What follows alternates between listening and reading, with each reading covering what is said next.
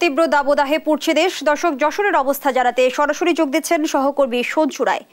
সঞ্জু, যশোরে আজ সর্বোচ্চ তাপমাত্রা ছিল, গরমের দুর্ভোগ কতটা পোহাতে হচ্ছে যশোরবাসীকে? ধন্যবাদ। আজ কিন্তু যশোরের সর্বোচ্চ তাপমাত্রা রেকর্ড করা হয়েছে 40.6 ডিগ্রি সেলসিয়াস।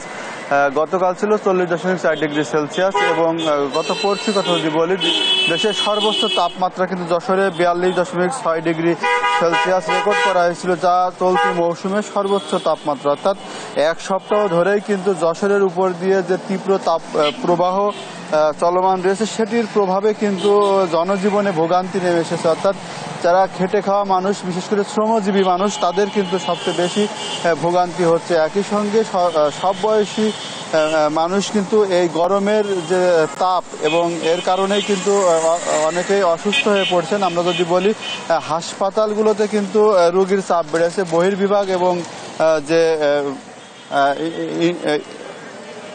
এবং ভর্তি রোগীর সংখ্যা কিন্তু বেড়েছে এবং এক্ষেত্রে শিশু এবং বৃদ্ধরা বেশি অসুস্থ হচ্ছেন। সব মিলিয়ে যশোরের পরিস্থিতি যদি বলি, সেটি কিন্তু নাকাল অবস্থার মধ্য দিয়েই যাচ্ছে এই জনপদের মানুষের। এবং এই খরার প্রভাবে কিন্তু পানির যে স্তর, ভূগর্ভস্থ পানির স্তর নেমে গিয়েছে।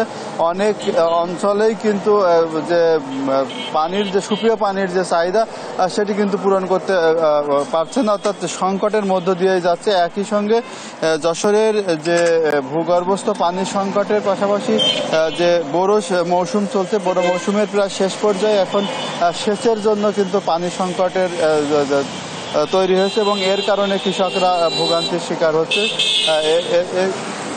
সব মিলিয়ে যশোরের পরিস্থিতি কিন্তু নাকাল অবস্থার মধ্যে আছে এবং এখানকার যারা মানুষ, তাদের মধ্যে কিন্তু এক ধরনের চরম ভোগান্তির মধ্য দিয়ে যাচ্ছে।